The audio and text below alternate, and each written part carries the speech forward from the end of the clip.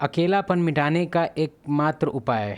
पहले तो हम ये बताना चाहेंगे कि अगर तुम अकेला है अभी शादी से पहले और तुमको लग रहा है कि एक कंपेनियन मिल जाएगा तो तुम्हारा अकेलापन ठीक हो जाएगा, तो एक तरह से तुम इसको एक अलग एंगल से देखो। इसका मतलब है कि तुम सामने वाले को बर्डन देने वाला है कि तुम्हारे अकेलापन को वो दूर करे, एक टास्क देने वाला है उसको तुम।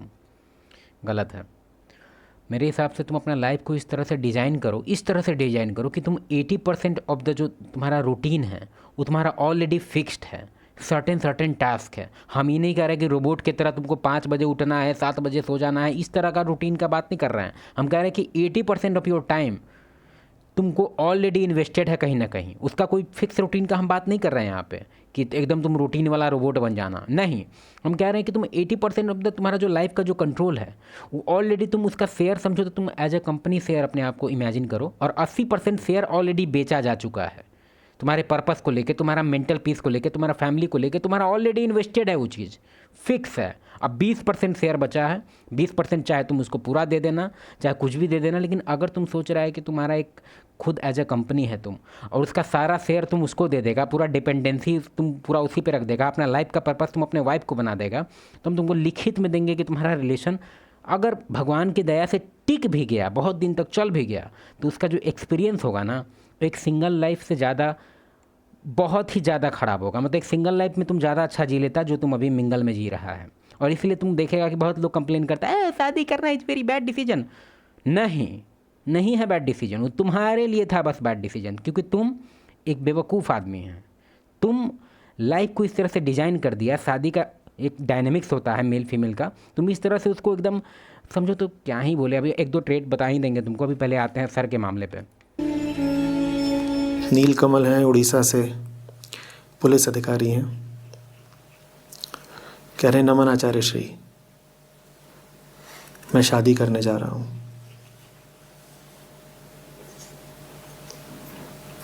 लंबा सन्नाटा।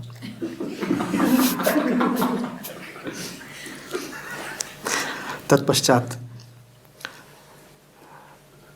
मगर मैं ये समझ रहा हूँ कि ये अच्छा नहीं हो रहा। सोच के देख रहा, तुम पहले से ही इतना ही प्रॉब्लम में है। तुम्हारा पहले से ही लाइफ अगर सॉर्टेड है, पूरी तरह से सॉर्टेड है, फाइनेंशियली ही नहीं कह रहे, तुम्हारा मेंटली भी कह रहे हैं कि तुम उस लेवल का स्ट्रांग है कि तुमको पता है कि इन केस अगर something goes wrong I can still, मतलब कि हम खुद अपने हैप्पीनेस को एकदम कंट्रोल कर सकते हैं। मतलब हैप्पीनेस क्या है? बाय प्रोडक्ट है तुम्हारे एक्शंस का, तुम्हारे इन एक्शंस का। कि ज़्यादा तुम अगर बिहेवियर तुम्हारा बहुत ही उल्टा पुल्टा रहेगा तो हो सकता है कि तुम्हारा लाइफ का एक्सपीरियंस बहुत ख़राब हो। लेकिन अगर तुम खुद सोच के देखो ना कि तुम इतना भारी बर्डन उसको दे देगा कि तुम्हारा होल हैप्पीनेस का तुम पूरा सौंप देगा उस पर, कि उसका एक्शन डिसाइड करेगा कि तुम खुश है कि नहीं। आज फ़ोन नहीं उठाई, ले फ़ोन नहीं उठा रही है, फ़ोन क्यों नहीं उठाई, हम बहुत परेशान हो गए थे। सिक्योरिटी के लिए अगर तुम्हारा चिंता है तो हम इस चीज़ कहेंगे कि हाँ बहुत बढ़िया बात है। लेकिन सिक्योरिटी से अगर इनसिक्योरिटी में जा रहा है तो दिक्कत है। मेक श्योर करो कि वो जहाँ पे है उसका सिक्योरिटी ठीक है, क्योंकि आजकल हैवानों का जगह है, पूरा दुनिया ही है, इंडिया का ही बात नहीं है, पूरा दुनिया हैवान से भरा हुआ है। तो सिक्योरिटी के लिए कि अगर तुम्हारा टेंशन है उसको लेके तो ठीक है, वो वैलिड है, लेकिन उसके अलावा इनवैलिड है।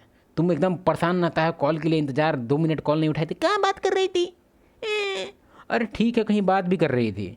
स्टैंडर्ड तो तुम सेट करके रखो पहले ही इस सब चीज़ के मामला में, कि अगर थर्ड पार्टी का इंट्रेंस होगा तो क्या होगा। मतलब ऑलरेडी तुम फिगर्ड आउट करके रखो तुम मल्टीपल चीज़ें। कोई भी चीज़ तुमको शॉक नहीं करना चाहिए। इन केस अगर कुछ हो जाता है, जो कि एकदम न्यूज़ वाला में दिख रहा है कि उसका कोई यार मिल गया, प्यार हो गया उसको, उसके बाद क्या है? कुछ सोचा है या छोड़ दिया है कि नहीं नहीं मेरे साथ नहीं हो सकता? ठीक है, भगवान ना करे तुम्हारे साथ हो, लेकिन अगर होगा तो क्या करेगा? उल्टा पुल्टा स्टेप मारेगा क्या? सोच के देखो, एक बार इमेजिन कर लो कि अगर हाँ इन केस अगर तुम्हारे साथ होता है, क्या रिएक्शन है तुम्हारा।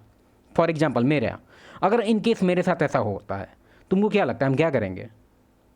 कुछ नहीं करेंगे बे, अलग करेंगे, उसको आइसोलेट करेंगे। हालत नहीं चाहिए भाई। और सबसे बड़ा मेजर मिस्टेक अगर तुम्हारा अगर इसमें हो सकता है तो उसको फॉरगिव करना, कि थर्ड पार्टी का एंट्री है, कुछ उल्टा पुल्टा हो गया, अब तुम उसको फॉरगिव करके, और सोसाइटी तो प्रेशर करेगा ही, ए ना ना बउआ गलती हो जाए छे बउआ, कोई बात नहीं कोई बात नहीं, अच्छा है दुनिया, हो जाए छे बउआ गलती। नो नो, क्योंकि हम बाकी दुनिया का सारा गलती तुम बर्दाश्त कर लेना, हम तुमको छूट देते हैं, ये गलती बर्दाश्त मत करना। क्योंकि इसके पीछे रीज़न काफ़ी बायोलॉजिकल है। रीज़न बताएं क्या तुमको? काफ़ी हार्ट ब्रेकिंग है। रीज़न यही है ना। हम तुमको पहले उसका समरी ही बता देते हैं, रीज़न हम तुमको लास्ट में बताएंगे ग्राफ बना के कि क्या है इसके पीछे एक्चुअली रीज़न, लेकिन उसके पीछे जो रिजल्ट है वो हम बता देते हैं। थर्ड पार्टी जिस दिन उसके साथ सो जाता है ना, जिस दिन उसके बॉडी पे उसका इफ़ेक्ट आने लगता है, फर्स्ट दिन, जस्ट इमेजिन कि you are husband and she is your wife, और आज 1-2 साल हो गया तुम्हारी शादी का, और आज कैसा भी कुछ ऐसा सिनेरियो आया कि किसी से उसका दोस्ती हो गया, और आज पहला दिन है उसके साथ वो सोने वाली है और सो भी गई, तो कल सुबह से क्या होगा पता है? उसका जो माइंड है फीमेल का, वो अब इमेजिन नहीं, वो एक तरह से कॉन्शियस नहीं, सब कॉन्शियस लेवल पे जो थर्ड पार्टी था अब वो है हस्बैंड। हम मानते हैं ये चीज़ सुन के बहुत ख़राब लगेगा तुमको, लेकिन जो अब थर्ड पार्टी है वो है हस्बैंड। अब वो फीमेल घर आएगी तो पता थोड़ी चल जाएगा कि वहाँ क्रीम लगा हुआ है, क्रीम से पता चल गया, नहीं। तुमको पता चलेगा 2-3 चीज़ से। पहले तो उसका जो वाइब है तुम्हारे साथ, उन न चाहते हुए भी उसका बदल जाएगा। क्यों? क्योंकि रिस्पेक्ट ख़त्म हो चुका है। थर्ड पार्टी जो उसको कॉन्कर किया है, अब वो उसको हस्बैंड मानती है। अब तुम आउटसाइडर है, भले तुम सोसाइटी के नज़र में तो उसका अभी भी हस्बैंड है, लेकिन अब तुम हस्बैंड नहीं है। ये टाइटल अब उसको जा चुका है। अब जो थर्ड पार्टी था वो है हस्बैंड, अब तुम है उसका वाला टाइटल जो था आउटसाइडर, अब तुम है आउटसाइडर। तो अगर तुम्हारे साथ अब वो सोएगी ना, तो उसका जो बॉडी होगा वो रिजेक्ट करेगा तुमको, कहेगा ये कौन आया गया, अरे ये कौन है, नहीं यार आज माथा दुखा रहा, मन नहीं है। इसलिए तुम देखेगा कि सेक्सलेस मैरिज जो ज़्यादातर होता है उसमें पहले रिस्पेक्ट ख़त्म होता है। लव को तुम भितरामपुर जाने दो, लव लव लव लव जो तुम लोग करता है मत करो।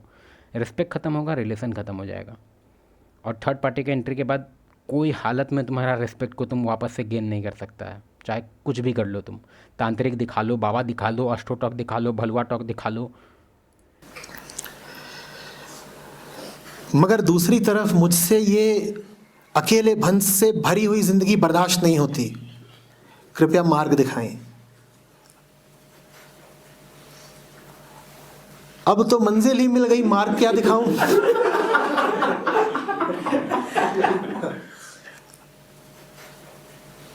मार्ग तो उनके लिए होता है बेटा जो अब कहीं को जा सकते हो, जिनके लिए आगे बढ़ना, निकलना, यात्रा करना संभव हो। मार्ग उनके लिए होते हैं। जो अपने ऊपर सब दरवाजे बंद करने जा रहे हो उनको मार्ग क्या बताऊं?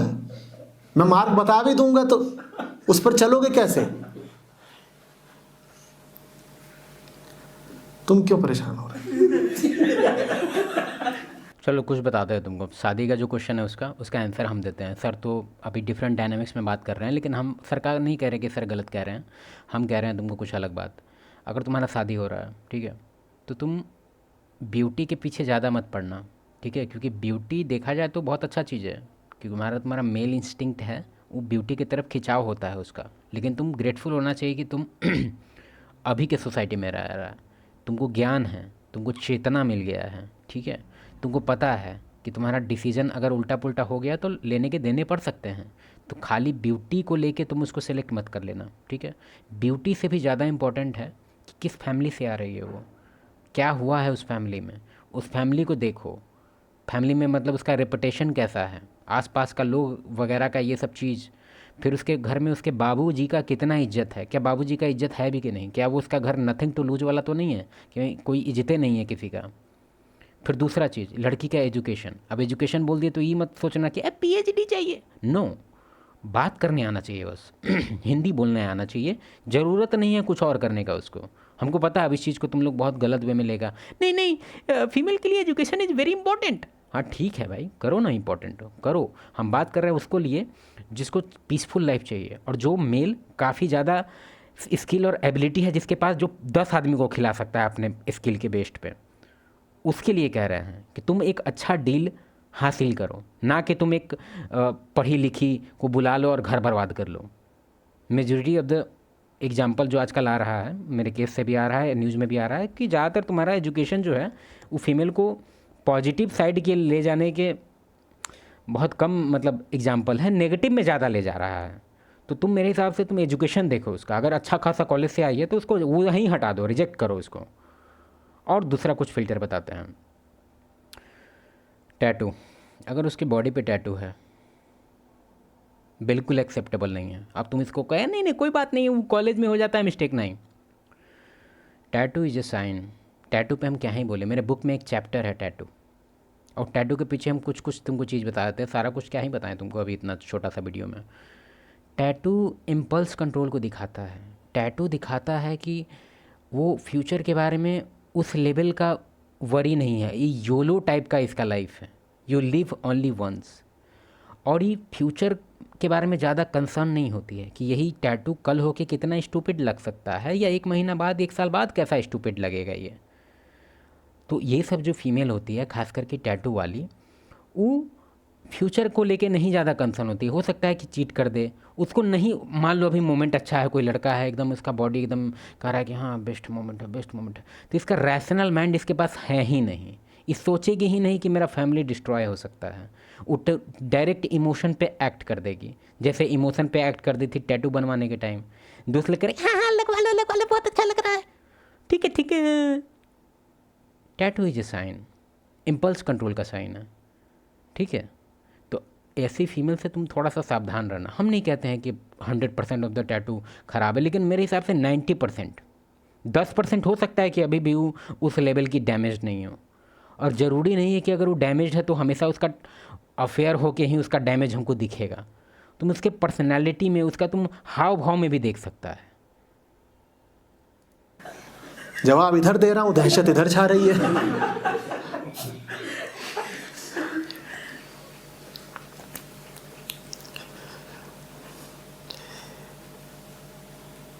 नीलकमल, मैं नहीं कह रहा विवाह गलत है, मैं तुम्हारे ही वक्तव्य का हवाला दे रहा हूँ। तुम कह रहे हो मैं शादी करने जा रहा हूँ, मगर मैं जान रहा हूँ कि मेरे लिए अच्छा नहीं है। अगर मतलब पहले से ही माइंडसेट है तुमको कि कंसर्न है, अरे कहीं रोड पे गिर नहीं ना जाएंगे, साइकिल चलाएंगे तो गिरेगा गिरेगा।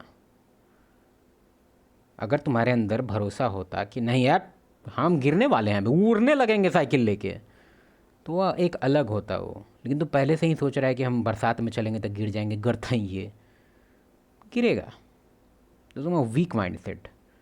और तुम्हारे बातचीत से लग रहा है, क्या नाम है तुम्हारा, नीलकमल या फिर जो भी कमल नाम है तुम्हारा तो हमको लग रहा है मेरे बुक का जो फर्स्ट टॉपिक है डिसाइसिवनेस, वही तुम्हारे अंदर नहीं है। लैक ऑफ डिसीजन मेकिंग है तुम्हारे अंदर। मेरे हिसाब से तुम कुछ भी छोटा से छोटा टास्क करता होगा तो तुम पूछता होगा फैमिली से, पापा मेरा दोस्त बुला रहा है क्रिकेट खेलने जाए क्या।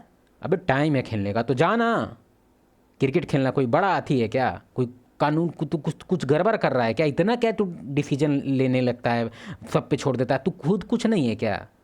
हमेशा एकदम मानते हैं कि फैमिली का रिस्पेक्ट करो, थोड़ा बाउंड्रीज वगैरह मेंटेन करो, लेकिन अगर तुमको दिख रहा है कि हाँ भाई शाम हो गया खेलने जाना है, पापा जाए क्या, क्या है ये सब, क्या है ये सब। ये तो एक तरह से मेरे हिसाब से एग्जाम्पल रॉन्ग भी हो सकता है, क्योंकि इससे तुमको छूट मिल जाएगा कि नहीं हम पापा से नहीं पूछेंगे, हमको जहाँ जाना होगा जाएंगे। मेरे कहने का वो मतलब नहीं था। अगला आते हैं इमोशनल कंट्रोल। बिल्कुल नहीं है।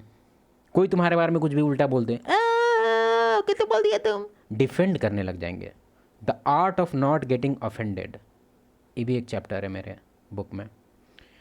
पता नहीं कब आएगा बुक यार, बहुत मेहनत लग रहा है और बहुत टाइम लगने वाला लगता है, टाइम ही नहीं है मेरे पास। Art of not getting offended सीखो। कोई क्या कर लेगा भाई, आउटसाइड इन्वायरमेंट क्या कॉलर पकड़ेगा, क्या करेगा क्या जिससे हम ऑफेंड हो जाएं, क्यों ऑफेंड हो जाएं। और अगर कॉलर पकड़ भी रहा है ना मेरा कोई, तो कॉलर पकड़ने वाला के अंदर भरोसा है इस बात का कि हम कुछ नहीं करेंगे, इसीलिए उसको लग रहा है कि कॉलर पकड़ के हम बच सकते हैं। और ये भी हम बॉडी वूडी बने रहेंगे, और उसको मेरा थोड़ा बहुत लग रहा है कि हाँ हम डिसरिस्पेक्ट ज़्यादा टॉलरेट नहीं करते हैं, कॉलर क्या वो मेरे सामने खड़ा नहीं रहेगा। तो तुम्हारे साथ जो होता है ज़्यादातर, अगर उसका हम ब्लेम डालें तो सामने वाले पे हम ब्लेम नहीं डालेंगे, बिल्कुल नहीं। अगर तुमको लगता है कि सामने वाला तुम्हारे साथ अल्ट्रा लेवल का डिसरिस्पेक्ट कर रहा है, तो तुमको क्या लग रहा है कि उसका पर्सनैलिटी ट्रेट है क्या, कि वो हर एक के साथ ऐसा ही करता है इसलिए मेरे साथ भी करा, नहीं। वो चूज करते हैं। तुम जितना ज़्यादा वीक होगा उतना ज़्यादा तुमको प्रताड़ित किया जाएगा। दुनिया तुमको नहीं, दुनिया तुमको बड़ी मार मारेगा अगर तुम बहुत ज़्यादा वीक रहेगा तुम। और तुम सोच रहा है कि हम अगर सच्चाई के रास्ता पे चलेंगे कुछ नहीं होगा, हम सच्चा अच्छा, तुमसे ज़्यादा सफ़र कोई नहीं करता इस दुनिया में। तो तुम लोग इस चीज़ के भी भुलावे में मत रहो कि सच्चा आदमी रहेंगे तो कोई दिक्कत नहीं होगा, दिक्कत होगा। दिक्कत तुम्हारे पास ऑलरेडी हो रहा है। दिक्कत नहीं हो रहा था तो तुम अभी कैसे अपना प्रॉब्लम तुम बता रहा होता। तुम इतना सच्चा अच्छा आदमी है, तुमको तो कुछ नहीं होना चाहिए था। कोई बाबा ताबा का कोई नहीं चाहिए ज़रूरी। हम सच्चा अच्छा आदमी हैं, हम चलेंगे लाइफ पे ठीक से, कोई दिक्कत नहीं है। फिर भी तुम यहाँ पे है, पूछ रहा है सवाल, मतलब प्रॉब्लम है। जान रहे हो तो क्यों कर रहे हो बेटा? ये जो तुमने अपनी प्रेरणा बताई कि अकेलापन बर्दाश्त नहीं होता, अरे कुछ और कर लो। अकेला बर्दाश्त नहीं होता, ये बात सुनते ही मेरा दिमाग ठनक जाता है। अकेला बर्दाश्त नहीं हो रहा तुमसे। और तुम खुद सोच के देखो कि अगर तुमसे अकेलापन बर्दाश्त नहीं हो रहा तो तुमको सच में लग रहा है कि तुम अब यानी कि तुम उसको बहुत बड़ा एक जॉब देने वाला है उस फीमेल को, कि ये फीमेल तुम मेरे से शादी कर रही है ना, तुम्हारा जॉब है हम मेरा अकेलापन दूर करने का, हमेशा मेरे साथ जोक करते रहना, कुछ भी हमको कभी भी सैड करने का कोशिश मत करना, हमेशा अपना जो हैप्पीनेस सैड का तुम्हारा जो ग्राफ चलते रहता है उसको हमेशा हैप्पी मोड में रखना। क्योंकि अगर तुम सैड करेगी तो इमेजिन करो मेरे पे क्या बीतेगा, हम तो ऑलरेडी लॉनली हैं। तुम तो उसको प्रोजेक्ट दे दिया भाई। कितना दिन चलेगा तुम्हारा रिलेशन अगर इस लेवल पे तुम बेवकूफ़ी करते रहेगा तब? हम बहुत वीक हैं मैं। अकेलापन मिटाने के बहुत तरीके हैं। बहुत तरीके नहीं, बहुत क्या तरीका नहीं है, तुमको हम बेस्ट तरीका बताते हैं अकेलापन मिटाने का। अरे खाली आदमी से ज़्यादा अकेला कोई नहीं होता है। यानी कि तू खाली आदमी है। अगर तू बोलेगा नहीं नहीं हम खाली नहीं हैं, मेरा जॉब है, जॉब स्टडी को हम काउंट नहीं करते हैं। तुम्हारा पर्पस को ज़रूर काउंट करेंगे, या अगर कोई चीज़ का तुम प्रिपरेशन कर रहा है कोई एग्ज़ाम का, तब उस चीज़ को हम काउंट कर सकते हैं एज अ पर्पस। लेकिन उसके अलावा किसी चीज़ को हम काउंट नहीं करेंगे। तुम्हारे पास अगर ज़्यादा खाली टाइम रहेगा तो ज़्यादा ही डिप्रेशन रहेगा और ज़्यादा ही तेरे को उल्टा पुल्टा थॉट आते रहेगा, हमेशा नेगेटिव इन्वायरमेंट में रहेगा। तू हमेशा उल्टा पुल्टा सोचते रहेगा और फिर बाबा जी से पूछेगा भगवान जी नहीं नहीं बाबा जी हम अपने दिमाग को कंट्रोल कैसे करें? अबे तू दिमाग को कंट्रोल मत कर, तू अपने एक्शन को कंट्रोल कर। तू कर क्या रहा है अभी? खाली क्यों बैठा हुआ है? खाली बैठ के यूट्यूब क्यों चला रहा है? काम नहीं है कि तेरे पास? एक पेज निकाल A4 पेज का और उसके बाद फिर उस पर टास्क लिख। सबसे बेस्ट टाइम होता है टास्क लिखने का अभी रात में, ताकि कल सुबह में तुमको टास्क का एक लिस्ट रहे, 10 टास्क है 15 टास्क है। सेम एक शर्मिंदा फील करेगा जब तुमको पता चलेगा कि कल हो के कोई टास्क कंप्लीट नहीं किया। कितना दिन तक शर्मिंदा फील करेगा? धीरे धीरे तुम टास्क करते जाएगा, तुम्हारा टाइम प्रोडक्टिव बनेगा, तुम सब खत्म हो जाएगा तुम्हारा उल्टा पुल्टा दिमाग। फालतू का खाली आदमी, खाली दिमाग और खाली खाली प्रॉब्लम। तुम लोग का प्रॉब्लम जैसा प्रॉब्लम देखते ही नहीं है हम। मेला ठेला घुमाओ, दोस्त यार बना लो। ना दोस्त वगैरह बनाने वाला मेरे हिसाब से एडवाइज ये लोग के लिए नहीं है। दोस्त यार तुम तब बनाना जब ऑलरेडी तुम्हारा लाइफ एक अच्छा लेवल में जा रहा है, नहीं तो तुम दोस्त लोग पे फिर बर्डन डाल देगा। तो दोस्त लोग में तुम दोस्त लोग क्या, पूरा लाइफ का एक तरह से यूनिवर्सल रूल है कि वो अप एंड डाउन करता है, ठीक है? अप एंड डाउन करने वाला लाइफ होता ही है। तो इमेजिन करो कि तुम इतना लॉनली है और तुम पहले से ही दिमाग में बैठा के रखा है कि तुम यहाँ पे चिल मारने आया है, और हो सकता है कि उस टाइम ग्राफ नीचे हो। क्या करेगा तुम उस टाइम? तुम तो और डबल डिप्रेस हो जाएगा क्योंकि बाप रे क्या हो गया। भारत भ्रमण कर लो। भारत भ्रम कर लो, भ्रमण नहीं भ्रम कर लो। क्यों? क्योंकि तू ट्रेन पे जाएगा, कोई आदमी तेरे को बोल दे उधर बैठो, अब तुम कंसर्न तुम्हारा सारा ख़त्म, तुम्हारा जितना घूमने का मर्जी था सब ख़त्म हो गया। का है? एक आदमी तुमको डांट दिया। अभी इसको डाइसेक्ट करते हैं कि डांटा तो क्यों डांटा इसलिए डांटा ना क्योंकि तुमको ये चीज़ समझना होगा कि मेल फीमेल सब लोग कॉन्सिक्वेंस को हमेशा एनालाइज करते हैं। कोई भी अगर तुमसे कोई डिसरिस्पेक्ट कर रहा है, कोई भी तुम्हारा कुछ भी उल्टा पुल्टा कर रहा है, तो तुम्हारा बॉडी लैंग्वेज और तुमको कुछ ना कुछ उसको वीकनेस दिखता है, तभी वो सब ट्राई करता है। बहुत रेयर परसेंटेज ऐसा दिखता है कि कोई ऐसे ही आके किसी को इस तरह से कर दिया। हो सकता है कि तुम्हारा बॉडी इतना वीक है कि उसको पता है कि रिटेलिएट भी करेगा तो इसको दूतरी देंगे अभी, समझ रहा है? और अगर तुम मेल है और तुम बॉडी से वीक है, तब तो हम कहेंगे कि बहुत ही बड़ा मिस्टेक है तुम्हारा। ये तुमको दिख नहीं रहा है अभी मिस्टेक, क्योंकि सिविलाइजेशन इस लेवल पे है कि यहाँ फिजिकल जैसा कुछ भी यहाँ होता नहीं है और सबको लगता है कि हाँ जिम जाना इज़ नॉट इम्पॉर्टेंट। हम नहीं कह रहे कि तेरे को बॉडी फुलाना है, हम कह रहे हैं कि तू अपने आप को कैरी करने लायक बन। तो उस लायक बन कम से कम कि कोई लोग तेरे से ऐसे ही पंगा ना लेते रहे, उसको भी लगे कि हाँ अगर एक तरी देंगे तो दो तरी दे भी सकता है ये हमको। देखा ना, इसका हाथ मोटा है, हाँ बॉडी वॉडी तो है ठीक है, सुखारी की तरह खड़ा या एकदम मोटू की तरह है, दिक्कत होगा भाई मेरे, दिक्कत होगा। चल ठीक है भाई, बहुत बड़ा हो रहा है वीडियो।